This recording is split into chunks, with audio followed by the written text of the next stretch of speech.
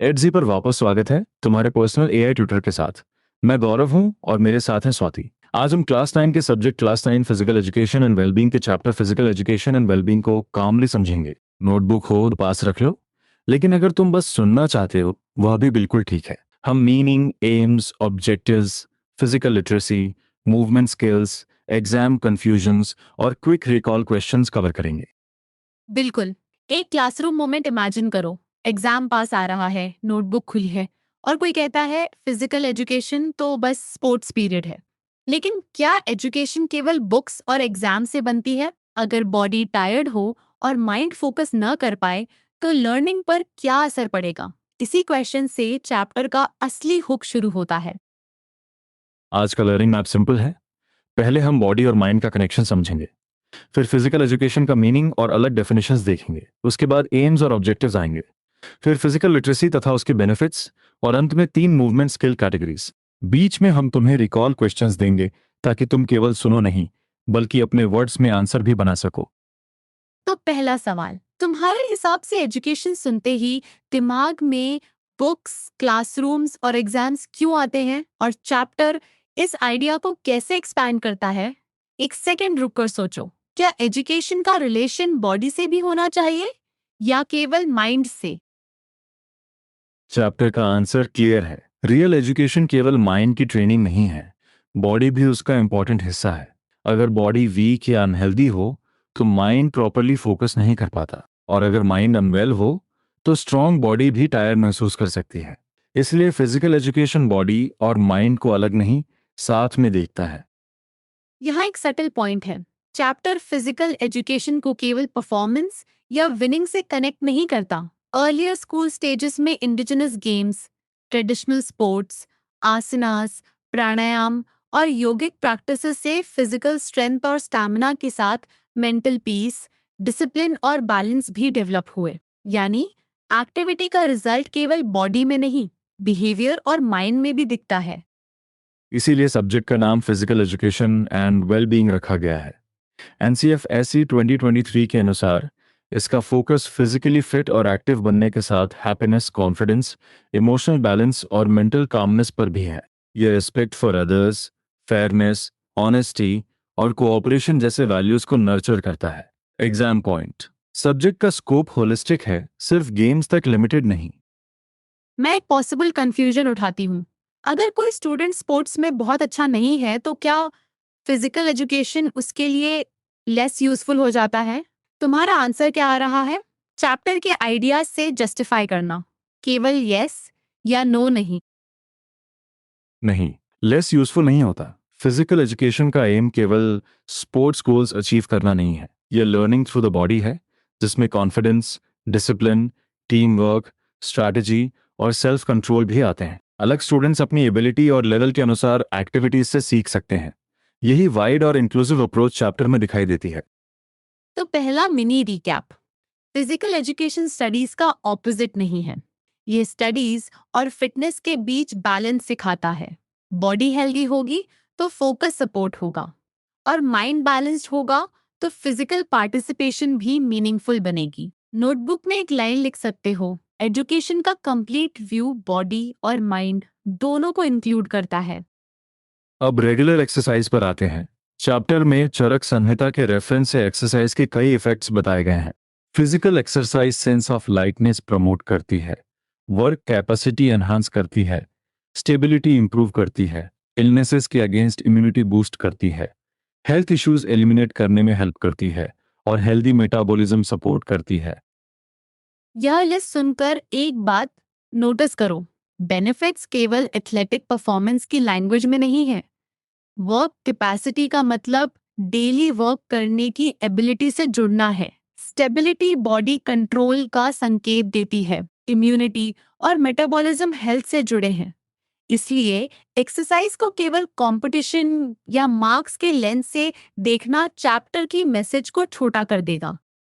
अगर क्वेश्चन आए physical exercise के बेनिफिट्स एक्सप्लेन कीजिए, तो आंसर में 4 या 5 कनेक्टेड पॉइंट्स लिख सकते हो। Sense of lightness, enhanced work capacity, improved stability, better immunity, health issues का रिडक्शन और हेल्दी मेटाबॉलिज्म। बहुत वेग आंसर जैसे एक्सरसाइज अच्छी होती है अवॉइड करना। स्पेसिफिक कीवर्ड्स आंसर को स्ट्रॉन्गर बनाते हैं। क्विक रिकॉल, मैं बेनिफिट्स में से 3 बोलूंगी, तुम बाकी याद करो। वर्क कैपेसिटी, स्टेबिलिटी और इम्यूनिटी। अब तुम्हारा आंसर क्या आ रहा है? एक बेनिफिट बॉडी की फीलिंग से, एक हेल्थ प्रोसेस से और एक डेली फंक्शनिंग से जोड़कर सोचो। एक्सपेक्टेड एडिशंस हैं sense of lightness, health issues को एलिमिनेट करने में सपोर्ट और हेल्दी मेटाबॉलिज्म। यहाँ हम सोर्स से आगे कोई मेडिकल क्लेम नहीं जोड़ेंगे। एग्जाम में जितना चैप्टर कहता है उतना ही रिस्पॉन्सिबल तरीके से लिखना है, यही कॉन्सेप्चुअल एक्यूरेसी है। अब सेंट्रल डेफिनेशन पर चलते हैं। गौरव, अगर स्टूडेंट कहे कि फिजिकल एजुकेशन मतलब ड्रिल्स, गेम्स और एक्सरसाइज क्लास, तो वह डेफिनेशन इनकम्प्लीट क्यों है?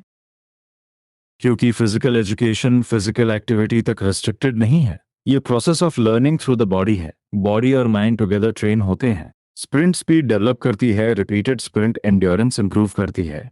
योगा पोस्चर बैलेंस और सेल्फ कंट्रोल बिल्ड करता है, और game team work, strategy, confidence तथा डिसिप्लिन सिखाता है।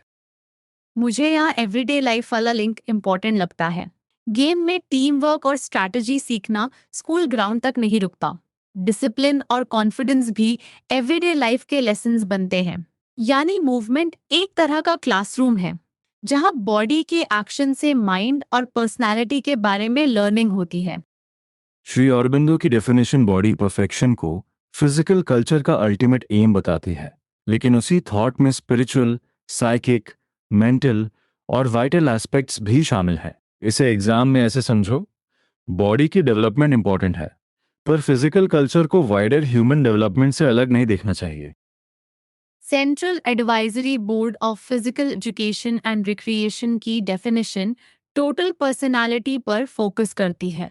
फिजिकल एक्टिविटीज के थ्रू चाइल्ड का डेवलपमेंट बॉडी, माइंड और स्पिरिट की फुलनेस और परफेक्शन की ओर होता है। यहाँ कीवर्ड है टोटल पर्सनालिटी। अगर क्वेश्चन डेफिनेशन पूछे तो बॉडी, माइंड, स्पिरिट और फिजिकल एक्टिविटीज को कनेक्ट करना मत भूलना। जेपी थॉमस का आइडिया भी सिमिलर है। वह एजुकेशन थ्रू फिजिकल एक्टिविटीज को चाइल्ड की टोटल ओवरऑल पर्सनालिटी के डेवलपमेंट और फुलफिलमेंट से जोड़ते हैं। दो डेफिनेशंस को कंपेयर करते समय कॉमन थ्रेड आइडेंटिफाई करो। फिजिकल एक्टिविटीज माध्यम है और ओवरऑल पर्सनालिटी डेवलपमेंट उद्देश्य है। एग्जैक्ट वर्डिंग याद न हो तो मीनिंग एक्यूरेटली एक्सप्लेन करना ज्यादा यूजफुल है। अब एक रिकॉल चेक। श्री अरबिंदो का फोकस किस आइडिया पर था? सेंट्रल एडवाइजरी बोर्ड किस फ्रेज से याद रहेगा? और जेपी थॉमस की डेफिनेशन में फिजिकल एक्टिविटीज का रोल क्या है? तीनों आंसर्स में परफेक्शन, टोटल पर्सनालिटी और एजुकेशन थ्रू फिजिकल एक्टिविटीज जैसे कीवर्ड्स खोजो। यूनेस्को की डेफिनेशन फिजिकल एजुकेशन को फंडामेंटल राइट फॉर ऑल कहती है। ये लाइफ लॉन्ग लर्निंग का एसेंशियल एलिमेंट है और होलिस्टिक डेवलपमेंट, हेल्थ तथा क्वालिटी ऑफ लाइफ में कंट्रीब्यूट करती है। एग्जाम पॉइंट ऑफ व्यू से fundamental right, life long learning और क्वालिटी ऑफ लाइफ तीन बहुत यूजफुल कीवर्ड्स हैं। चार्ल्स ए बुचर फिजिकल एजुकेशन को टोटल एजुकेशन प्रोसेस का इंटीग्रल पार्ट कहते हैं। उनका एम फिजिकली, मेंटली, इमोशनली और सोशली फिट सिटीजन्स डेवलप करना है, और मीडियम है फिजिकल एक्टिविटीज। ध्यान दो, यहाँ 4 डायमेंशंस एक्सप्लिसिटली आते हैं। बॉडी के साथ मेंटल, इमोशनल और सोशल फिटनेस भी आंसर में दिखनी चाहिए। NCFSE 2023 movements, drills, exercises, yoga, games, sports और अदर एक्टिविटीज को माइंड बॉडी वेलनेस से जोड़ता है। एक्टिविटीज इज अप्रोप्रिएट और लेवल अप्रोप्रिएट होनी चाहिए। साथ में बॉडी, गेम्स और स्पोर्ट्स का नॉलेज तथा परसिवियरेंस, टीम वर्क और स्पोर्ट्समैनशिप की डिस्पोजिशन डेवलप होनी चाहिए। ये डेफिनेशन चैप्टर की मॉडर्न ब्रॉड फ्रेमिंग देती है। तो डेफिनेशंस में डिफरेंसेस से ज्यादा सिंथेसिस इंपॉर्टेंट है। श्री अरबिंदो ब्रॉडर परफेक्शन की बात करते हैं। सेंट्रल एडवाइजरी बोर्ड और जेपी थॉमस टोटल पर्सनालिटी पर जोर देते हैं। यूनेस्को लाइफ लॉन्ग लर्निंग और राइट फॉर ऑल हाईलाइट करता है। बुचर टोटल एजुकेशन प्रोसेस और 4 फिटनेस डायमेंशंस बताते हैं। NCFSE एक्टिविटीज, वेलनेस और स्पोर्ट्समैनशिप को साथ रखता है। अब हम एम्स पर आते हैं। इमेजिन करो school team inter house sports event के लिए प्रैक्टिस कर रही है। टीम में अलग बैकग्राउंड्स, एबिलिटीज और पर्सनैलिटीज के स्टूडेंट्स हैं। कुछ फास्ट रनर्स हैं, कुछ स्टैमिना में स्ट्रगल करते हैं। प्रैक्टिस में डिसएग्रीमेंट्स भी हो सकते हैं और मैच में जीत या हार दोनों पॉसिबल है। अब बताओ, ऐसी टीम सिचुएशन में फिजिकल एजुकेशन केवल फिजिकल ट्रेनिंग कैसे हो सकती है? जब स्टूडेंट्स प्लान करते हैं, रिस्पॉन्सिबिलिटीज शेयर करते हैं और डिसएग्रीमेंट हैंडल करते हैं, तब कौन से क्वालिटीज डेवलप होती हैं? एक सेकेंड सोचो और अपने माइंड में कम से कम 4 वैल्यूज की लिस्ट बनाओ। चैप्टर के अनुसार फिजिकल एजुकेशन कैरेक्टर डेवलप करती है और ऑनेस्टी, पेशेंस तथा फेयरनेस जैसी वर्च्यूज इनकलकेट करती है। स्टूडेंट्स रूल्स का रिस्पेक्ट करना सीखते हैं, विक्ट्री को ह्यूमिलिटी के साथ एक्सेप्ट करना और डिफीट को करेज के साथ फेस करना भी सीखते हैं। ये क्वालिटीज धीरे धीरे पर्सनालिटी का हिस्सा बनती हैं। यानी हारना चैप्टर में फेलियर लेबल नहीं है। डिफीट को करेज से फेस करना इमोशनल रेजिलियंस और मेंटल टेनासिटी से जुड़ता है, और जीत में ह्यूमिलिटी रखना कैरेक्टर फॉर्मेशन दिखाता है। एग्जाम आंसर में सिर्फ जीत से मिलने वाली कॉन्फिडेंस मत लिखना। हार को हैंडल करने की एबिलिटी भी एम का इम्पोर्टेंट हिस्सा है। टीम्स में रिस्पॉन्सिबिलिटीज शेयर करने से कोऑपरेशन, इक्वालिटी और रिस्पेक्ट फॉर डाइवर्सिटी सीखते हैं।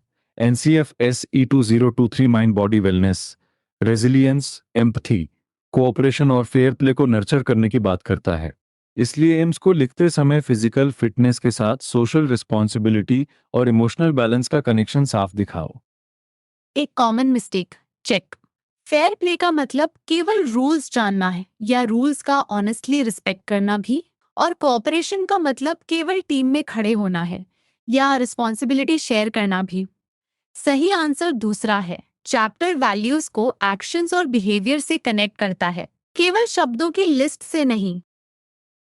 अभी तक हम फर्स्ट मेजर आइडिया कवर कर चुके हैं। फिजिकल एजुकेशन बॉडी ट्रेन करने के साथ कैरेक्टर और सोशल बिहेवियर भी शेप करती है। एम्स का आंसर बनाते समय 3 लेयर्स रखो: फिजिकल ट्रेनिंग, पर्सनल वर्च्यूज और टीम तथा सोसाइटी में रिस्पॉन्सिबल कंडक्ट। यह स्ट्रक्चर लॉन्ग आंसर को ऑर्गेनाइज्ड बनाएगा। अब एम्स और ऑब्जेक्टिव्स का डिफरेंस समझते हैं।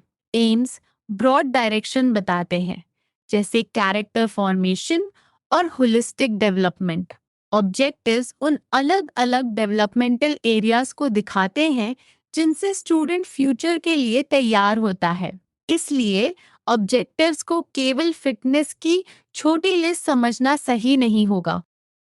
चैप्टर में ऑब्जेक्टिव्स के कॉन्टेक्स्ट में physical development, mental development, emotional development, social development और कैरेक्टर फॉर्मेशन सामने आते हैं। फिजिकल एक्टिविटीज इन डायमेंशंस को सपोर्ट करती हैं। ये होलिस्टिक ग्रोथ है, जहां स्टूडेंट का बॉडी, थिंकिंग, फीलिंग्स, रिलेशनशिप्स और कंडक्ट एक साथ डेवलप होते हैं। फिजिकल डेवलपमेंट में स्ट्रेंथ, स्टैमिना, मूवमेंट और फिटनेस से जुड़े आउटकम्स याद रखो। मेंटल साइड पर फोकस, स्ट्रैटेजी और डिसीजन मेकिंग इंपॉर्टेंट है। इमोशनल साइड पर कॉन्फिडेंस, रेजिलियंस और बैलेंस आते हैं। सोशल साइड पर कोऑपरेशन, रिस्पेक्ट और इक्वालिटी। कैरेक्टर फॉर्मेशन में ऑनेस्टी, पेशेंस, फेयरनेस और डिसिप्लिन जैसे वैल्यूज दिखाई देते हैं। पॉलिसी सपोर्ट भी चैप्टर में दिया गया है। NEP 2020 physical education and wellbeing को कंपलसरी और कोर सब्जेक्ट मैंडेट करती है। इसका मीनिंग ये है कि स्कूल एजुकेशन में इस सब्जेक्ट को एडिक्वेट टाइम और अटेंशन मिलना चाहिए। एग्जाम में पॉलिसी पॉइंट लिखते समय कंपलसरी, कोर सब्जेक्ट और essential part of school education जैसे फ्रेजेस यूजफुल होंगे। तुम एक सिचुएशन सॉल्व करो। कोई स्टूडेंट गेम में पार्टिसिपेट करता है, टीममेट्स की बात सुनता है, हार के बाद फिर प्रैक्टिस करता है और रूल्स फॉलो करता है। इसमें कौन कौन से ऑब्जेक्टिव्स दिख रहे हैं? सिर्फ फिजिकल डेवलपमेंट बोलना बहुत इनकम्प्लीट आंसर होगा। इस सिचुएशन में फिजिकल पार्टिसिपेशन के साथ social development, emotional resilience, cooperation, discipline और कैरेक्टर फॉर्मेशन दिखते हैं। अगर गेम में स्ट्रैटेजी और डिसीजन मेकिंग भी यूज हुई तो मेंटल डेवलपमेंट भी जुड़ता है। यही एप्लीकेशन बेस्ड आंसर है। एग्जाम्पल को एक से ज्यादा ऑब्जेक्टिव से कनेक्ट करना। एट जी में तुम ऐसे एग्जैक्ट डाउट्स को क्वेश्चन की तरह पूछकर स्टेप बाय स्टेप क्लैरिफाई कर सकते हो। लेकिन अभी लेसन फ्लो में वापस आते हैं। अगला बड़ा कॉन्सेप्ट है फिजिकल लिटरेसी, जो बताता है कि हम मूवमेंट को कॉन्फिडेंस और लाइफ लॉन्ग पार्टिसिपेशन से कैसे जोड़ते हैं। फिजिकल लिटरेसी को लैंग्वेज लिटरेसी से कंपेयर करके समझो। जैसे रीडिंग और राइटिंग लैंग्वेज लिटरेसी डेवलप करते हैं, वैसे कॉन्फिडेंटली मूव करना फिजिकल लिटरेसी डेवलप करता है। इसका अर्थ है डिफरेंट फिजिकल एक्टिविटीज में पार्टिसिपेट करने की एबिलिटी, कॉन्फिडेंस और मोटिवेशन। साथ ही ये समझना भी जरूरी है कि फिजिकल एक्टिविटी हेल्थ और वेलबींग के लिए क्यों इंपॉर्टेंट है। तो फिजिकल लिटरेसी का मतलब केवल स्किल्ड होना नहीं है। अगर कोई स्टूडेंट मूवमेंट कर सकता है लेकिन कॉन्फिडेंस नहीं है, या कॉन्फिडेंस है लेकिन एक्टिव रहने की मोटिवेशन नहीं है, तो पिक्चर इनकम्प्लीट है। एबिलिटी, कॉन्फिडेंस, मोटिवेशन और हेल्थ का अंडरस्टैंडिंग मिलकर फिजिकल लिटरेसी बनाते हैं। यह लाइफ लॉन्ग पार्टिसिपेशन की ओर ले जाती है। चैप्टर एक रिफ्लेक्टिव क्वेश्चन पूछता है, थ्रोइंग, रनिंग या वन लेग पर बैलेंसिंग जैसे मूवमेंट्स तुमने एक ही बार में सीखे थे? नहीं, प्रैक्टिस, रेपिटेशन और ग्रेजुअल लर्निंग से मूवमेंट करेक्ट हुआ। इससे समझ आता है कि फिजिकल लिटरेसी एक प्रोसेस है। एबिलिटी नेचुरली फिक्स नहीं, लर्निंग और पार्टिसिपेशन से डेवलप होती है। अब फिजिकल लिटरेसी के 4 कंपोनेंट्स रिकॉल करो। पहला, फिजिकल एबिलिटी, जैसे रनिंग, थ्रोइंग, बैलेंसिंग और जंपिंग। दूसरा, अपनी मूवमेंट और स्किल्स में कॉन्फिडेंस। तीसरा, एक्टिव रहने की मोटिवेशन और इंटरेस्ट। चौथा, हेल्थ और वेलबींग के लिए फिजिकल एक्टिविटी की इंपॉर्टेंस को समझना। इस लिस्ट को आंसर में लॉजिकली एक्सप्लेन करना। फिजिकल लिटरेसी के बेनिफिट्स भी ब्रॉड हैं। ये ओवरऑल हेल्थ और फिजिकल फिटनेस इंप्रूव करती है, कॉन्फिडेंस और सेल्फ एस्टीम बिल्ड करती है, लाइफस्टाइल डिजीजेस प्रिवेंट करने में हेल्प करती है, टीम वर्क, लीडरशिप और डिसीजन मेकिंग डेवलप करती है, एंग्जाइटी रिड्यूस करती है और स्टडीज में फोकस इंप्रूव करती है। यहाँ वर्डिंग केयरफुली देखो। चैप्टर यह नहीं कहता कि फिजिकल लिटरेसी हर प्रॉब्लम इंस्टेंटली सॉल्व कर देगी। वह कहता है कि इससे हेल्थ, कॉन्फिडेंस और हेल्दी हैबिट्स बिल्ड होते हैं, एंजाइटी रिड्यूस हो सकती है और स्टडी फोकस इंप्रूव होता है। एग्जाम में एब्सोल्यूट क्लेम से बचो और चैप्टर की रिस्पॉन्सिबल लैंग्वेज फॉलो करो। एक मॉडर्न लाइफस्टाइल पिक्चर चैप्टर देता है। स्कूल के बाद लंबे समय तक फोन स्क्रॉलिंग, वीडियोस या गेम्स में बैठने से लिटिल और नो मूवमेंट हो सकता है। समय के साथ बॉडी स्टिफ फील कर सकती है, मसल्स वीकर हो सकते हैं और माइंड टायर्ड या स्ट्रेस्ड हो सकता है। इसके ऑपोजिट में मूविंग, प्लेइंग और स्किल प्रैक्टिस एनर्जी और फिटनेस सपोर्ट करते हैं। क्विक चेक, अगर क्वेश्चन हो physical literacy life long health के लिए क्यों इंपॉर्टेंट है, तो आंसर में कौन से लिंक्स लिखोगे? एबिलिटी से पार्टिसिपेशन, कॉन्फिडेंस से विलिंगनेस, मोटिवेशन से कंटिन्यूटी और हेल्थ नॉलेज से मीनिंगफुल चॉइसेस। यही चेन आंसर को रोट लिस्ट के बजाय रीजनिंग बेस्ड बनाती है। सही। Physical literacy healthy habits through out life build करने में हेल्प करती है। ये केवल आज के स्पोर्ट्स इवेंट के लिए स्किल नहीं है। Confidence, fitness, team work, leadership और डिसीजन मेकिंग जैसे आउटकम्स फ्यूचर चैलेंजेस के लिए भी यूजफुल हैं। अब हम उस फ्रेमवर्क पर आते हैं जिसमें मूवमेंट स्किल्स को 3 कैटेगरीज में डिवाइड किया गया है। मूवमेंट स्किल्स फिजिकल लिटरेसी के बिल्डिंग ब्लॉक्स हैं। चैप्टर 3 कैटेगरीज बताता है: लोकोमोटर, नॉन लोकोमोटर और मैनिपुलेटिव स्किल्स। नेम्स थोड़े सिमिलर लग सकते हैं, इसलिए हम हर कैटेगरी को डेफिनेशन, एग्जाम्पल्स और डेवलप्ड एबिलिटीज के साथ अलग करेंगे। सबसे पहले लोकोमोटर स्किल्स। लोकोमोटर स्किल्स वे मूवमेंट्स हैं जिनमें बॉडी एक प्लेस से दूसरे प्लेस तक मूव करती है। वॉकिंग, जंपिंग, लीपिंग, हॉपिंग और स्किपिंग इसके एग्जाम्पल्स हैं। ये स्किल्स स्ट्रेंथ, स्पीड, एजिलिटी और एंड्योरेंस डेवलप करती हैं। कबड्डी और खो खो में चेजिंग, डॉजिंग और डायरेक्शन जल्दी चेंज करने के लिए लोकोमोटर स्किल्स हेविली डिपेंड करती हैं।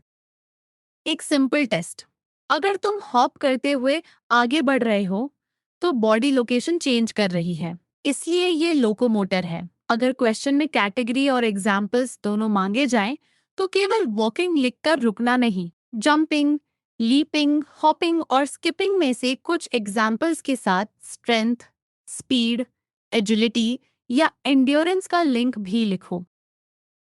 अब नॉन लोकोमोटर स्किल्स, इनमें मूवमेंट होता है लेकिन बॉडी एक प्लेस से दूसरे प्लेस तक मोबिलाइज नहीं करती। Bending, stretching, twisting, turning, balancing और स्विंग इसके एग्जाम्पल्स हैं। ये स्टेबिलिटी, फ्लेक्सिबिलिटी और बॉडी कंट्रोल डेवलप करती हैं। डेफिनेशन का की फ्रेज है movement without changing location. Yoga predominantly non locomotor skills use करता है। तड़ासना और वृक्षासन जैसे पोस्चर्स में लर्नर अपनी पोजीशन से दूर ट्रैवल नहीं करता, लेकिन बैलेंस और फोकस मेंटेन करता है। इसलिए योगा को केवल स्ट्रेचिंग कह देना इनकम्प्लीट होगा। चैप्टर इसे बैलेंस, स्टेबिलिटी, बॉडी अवेयरनेस और फोकस्ड कंट्रोल से कनेक्ट करता है। अब दोनों कैटेगरीज कंपेयर करो। लोकोमोटर में बॉडी लोकेशन चेंज करती है और स्किल्स स्ट्रेंथ, स्पीड, एजिलिटी तथा एंड्योरेंस से जुड़ती हैं। नॉन लोकोमोटर में बॉडी अपने प्लेस पर रहकर एंड स्ट्रेच या बैलेंस करती है और स्टेबिलिटी, फ्लेक्सिबिलिटी तथा कंट्रोल डेवलप होते हैं। यही कॉन्ट्रास्ट आंसर में साफ लिखना बहुत इंपॉर्टेंट है। तीसरी कैटेगरी है मैनिपुलेटिव स्किल्स। इनमें हैंड्स या फीट से ऑब्जेक्ट्स को कंट्रोल किया जाता है। Squeezing, throwing, catching, kicking, striking, rolling और ड्रिबलिंग इसके एग्जाम्पल्स हैं। ये hand eye coordination, timing, focus और जजमेंट बिल्ड करती हैं। यहाँ की आइडिया है ऑब्जेक्ट कंट्रोल थ्रू हैंड्स और फीट। चैप्टर गेम से कनेक्शन भी देता है। गिल डंडा, क्रिकेट, फुटबॉल और वॉलीबॉल मैनिपुलेटिव स्किल्स पर डिपेंड करते हैं। जब ब्रेन कोऑर्डिनेशन फिजिकल एक्शन से लिंक होता है तब टाइमिंग और जजमेंट इंपॉर्टेंट हो जाते हैं। इसलिए कैचिंग को केवल हैंड मूवमेंट में समझो, उसमें विजुअल अटेंशन, कोऑर्डिनेशन और सही समय पर एक्शन शामिल है। अब 3 रैपिड एग्जाम्पल्स। कबड्डी में चेसिंग और डॉजिंग किस कैटेगरी से जुड़ेंगे? योगा पोस्चर में बैलेंसिंग किस कैटेगरी का एग्जाम्पल है? फुटबॉल में किकिंग और ड्रिबलिंग किस कैटेगरी में आएंगे? पहले खुद आंसर दो, फिर हम चेक करेंगे। कबड्डी की चेसिंग और डॉजिंग लोकोमोटर स्किल्स हैं। योगा पोस्चर की बैलेंसिंग नॉन लोकोमोटर स्किल है। फुटबॉल की किकिंग और ड्रिबलिंग मैनिपुलेटिव स्किल्स हैं। याद रखने का शॉर्टकट है, locomotor means location change, non locomotor means no travel, manipulative means object control. ये शॉर्टकट कॉन्सेप्ट को रिप्लेस नहीं करता, लेकिन रिकॉल में हेल्प करता है। चैप्टर इंडियन कल्चरल हेरिटेज को भी मूवमेंट एक्टिविटीज से जोड़ता है। अत्यापत्या, अंडिंग ओका, तुराईकर, नलुगुरल्लू अता और घोरपड़िचे शिपुटा जैसे गेम्स स्पीड, एजिलिटी और कोऑर्डिनेशन डेवलप करने में हेल्प करते हैं। योगा आसनास बैलेंस, स्टेबिलिटी और बॉडी अवेयरनेस इंप्रूव करते हैं। इस पॉइंट से इंडिजिनस एक्टिविटीज की वैल्यू समझ आती है। एक पॉसिबल मिसकंसेप्शन, क्या एक गेम में केवल एक ही स्किल कैटेगरी हो सकती है? जरूरी नहीं। चैप्टर अलग स्किल्स को अलग एग्जाम्पल से एक्सप्लेन करता है, लेकिन रियल एक्टिविटीज में मल्टीपल मूवमेंट साथ आ सकते हैं। आंसर में जिस स्किल का एग्जाम्पल पूछा गया है उसकी डिफाइनिंग फीचर आइडेंटिफाई करो, फिर कैटेगरी बताओ। अब ऋचा का केस लेते हैं। वह ग्रेड 9 स्टूडेंट है। फ्री टाइम में मोस्टली मोबाइल गेम्स खेलती है और आउटडोर एक्टिविटीज कम करती है। टीचर्स नोटिस करते हैं कि वह टायर्ड रहती है, क्लास में कंसंट्रेट करने में स्ट्रगल करती है और एग्जाम से पहले स्ट्रेस्ड होती है। एनुअल स्पोर्ट्स डे पर फ्रेंड्स उसे टीम गेम ज्वाइन करने के लिए एनकरेज करते हैं। इनिशियली रिचा हेजिटेट करती है, लेकिन धीरे धीरे उसे गेम एंजॉय होने लगता है। रेगुलर पार्टिसिपेशन के साथ वह मोर एनर्जेटिक बनती है। स्टडीज में उसका फोकस इंप्रूव होता है और टीममेट्स के साथ कोऑपरेट करना सीखती है। टीचर्स ऑब्जर्व करते हैं कि मिस्टेक्स होने पर भी वह कामर और मोर कॉन्फिडेंट हो जाती है। ये केस चैप्टर के कॉन्सेप्ट्स को प्रैक्टिकली दिखाता है। अब पहला रीचा क्वेश्चन, कौन से 2 ऑब्जेक्टिव्स उसकी कंसंट्रेशन और कॉन्फिडेंस इंप्रूव करने में हेल्प करते हैं? 1 सेकंड सोचो। कंसंट्रेशन किस डेवलपमेंटल बेनिफिट से जुड़ता है और कॉन्फिडेंस किस बेनिफिट से? आंसर को फिजिकल लिटरेसी के बेनिफिट्स और मेंटल तथा इमोशनल डेवलपमेंट से कनेक्ट कर सकती हो। कंसंट्रेशन इंप्रूव होना मेंटल डेवलपमेंट और फिजिकल लिटरेसी के स्टडी फोकस बेनिफिट से जुड़ा है। कॉन्फिडेंस इंप्रूव होना इमोशनल डेवलपमेंट तथा confidence and self esteem build होने से जुड़ा है। रिचा का एग्जाम्पल दिखाता है कि फिजिकल एक्टिविटी का इम्पैक्ट बॉडी से आगे माइंड और इमोशंस तक जाता है। दूसरा क्वेश्चन, टीम गेम ने ऋचा के सोशल डेवलपमेंट में कैसे हेल्प की? यहाँ केवल उसने फ्रेंड्स बनाए ऐसा लिखना इनसफिशिएंट होगा। टीम गेम में पार्टिसिपेशन से कोऑपरेशन सीखना, टीममेट्स के साथ कोऑर्डिनेट करना और शेयर्ड एक्टिविटी में शामिल होना सोशल डेवलपमेंट के क्लियरर पॉइंट्स हैं। तीसरा क्वेश्चन लॉन्ग टर्म बेनिफिट पर है। अगर ऋचा रेगुलरली प्ले करती रहे और हेल्दी हैबिट्स मेंटेन करे तो फिजिकल लिटरेसी उसके ओवरऑल हेल्थ, फिटनेस, कॉन्फिडेंस और लाइफ लॉन्ग एक्टिव हैबिट्स को सपोर्ट करेगी। साथ में टीम वर्क और डिसीजन मेकिंग जैसे लाइफ स्किल्स भी डेवलप होते रहेंगे। आंसर को वन सिंगल बेनिफिट तक रिस्ट्रिक्ट मत करना। यह चैप्टर की प्रैक्टिकल मैसेज बहुत क्लियर है। मोबाइल यूज को देखकर स्टूडेंट को लेबल करना उद्देश्य नहीं है। फोकस ये है कि लिटिल और नो मूवमेंट वाली रूटीन बॉडी और माइंड पर असर डाल सकती है, जबकि outdoor participation energy, focus, cooperation और कॉन्फिडेंस सपोर्ट कर सकती है। यही बैलेंस्ड, नॉन जजमेंटल रीडिंग रखनी है। अब एग्जाम मोड में चैप्टर को कंप्रेस करते हैं। मीनिंग क्वेश्चन में लिखो कि physical education learning through the body का प्रोसेस है और बॉडी तथा माइंड को टुगेदर ट्रेन करती है। एम्स क्वेश्चन में character, honesty, patience, fairness, cooperation, respect और रिजिलियंस जोड़ो। ऑब्जेक्टिव्स में physical, mental, emotional, social development और कैरेक्टर फॉर्मेशन का स्ट्रक्चर रखो। फिजिकल लिटरेसी क्वेश्चन में 4 कोर पार्ट्स याद रखो। Physical ability, movement confidence, active रहने की मोटिवेशन और हेल्थ तथा वेलबींग की अंडरस्टैंडिंग। बेनिफिट्स में health, fitness, self esteem, healthy habits, team work, leadership, decision making, reduced anxiety और इम्प्रूव्ड स्टडी फोकस शामिल हैं। लिस्ट को याद करने के साथ इनके बीच कनेक्शन एक्सप्लेन करना। मूवमेंट स्किल्स का आंसर सबसे व्यवस्थित तरीके से बनता है। लोकोमोटर में बॉडी प्लेस चेंज करती है, जैसे वॉकिंग, जंपिंग, हॉपिंग या स्किपिंग। नॉन लोकोमोटर में प्लेस चेंज नहीं होता, जैसे बेंडिंग, स्ट्रेचिंग, ट्विस्टिंग और बैलेंसिंग। मैनिपुलेटिव में हैंड्स या फीट ऑब्जेक्ट्स कंट्रोल करते हैं, जैसे थ्रोइंग, कैचिंग, किकिंग और ड्रिबलिंग। एक 5 पॉइंट एक्टिव रिकॉल चैलेंज। बिना नोट्स देखे बताओ, फिजिकल एजुकेशन का स्कोप स्पोर्ट्स से वाइडर कैसे है? एक्सरसाइज के 3 बेनिफिट्स क्या है? यूनेस्को का इम्पोर्टेंट आइडिया क्या है? फिजिकल लिटरेसी के 4 कंपोनेंट्स कौन से हैं? और 3 मूवमेंट स्किल कैटेगरीज की डिफाइनिंग फीचर्स क्या हैं? आंसर्स बोलकर देना, क्योंकि बोलना मेमोरी को टेस्ट करता है। अगर तुम्हारे आंसर्स में body mind wellness, work capacity, immunity, life long learning, ability, confidence, motivation और लोकेशन तथा ऑब्जेक्ट कंट्रोल जैसे आइडियाज आए तो डायरेक्शन सही है। डेफिनेशंस के नेम्स याद करते समय Shri Aurobindo, central advisory board, JP Thomas, UNESCO, Charles ए बुचर और एनसीएफएससी 2023 को उनके मेन फोकस के साथ पेयर करो। मैं थोड़ा डिसएग्रीमेंट रखूंगी। क्या आंसर में हर डेफिनेशन का एग्जैक्ट कोटेशन लिखना जरूरी है? अगर एग्जैक्ट वर्डिंग याद ना हो तो स्टूडेंट पैनिक कर सकता है। बेटर स्ट्रैटेजी क्या होगी गौरव?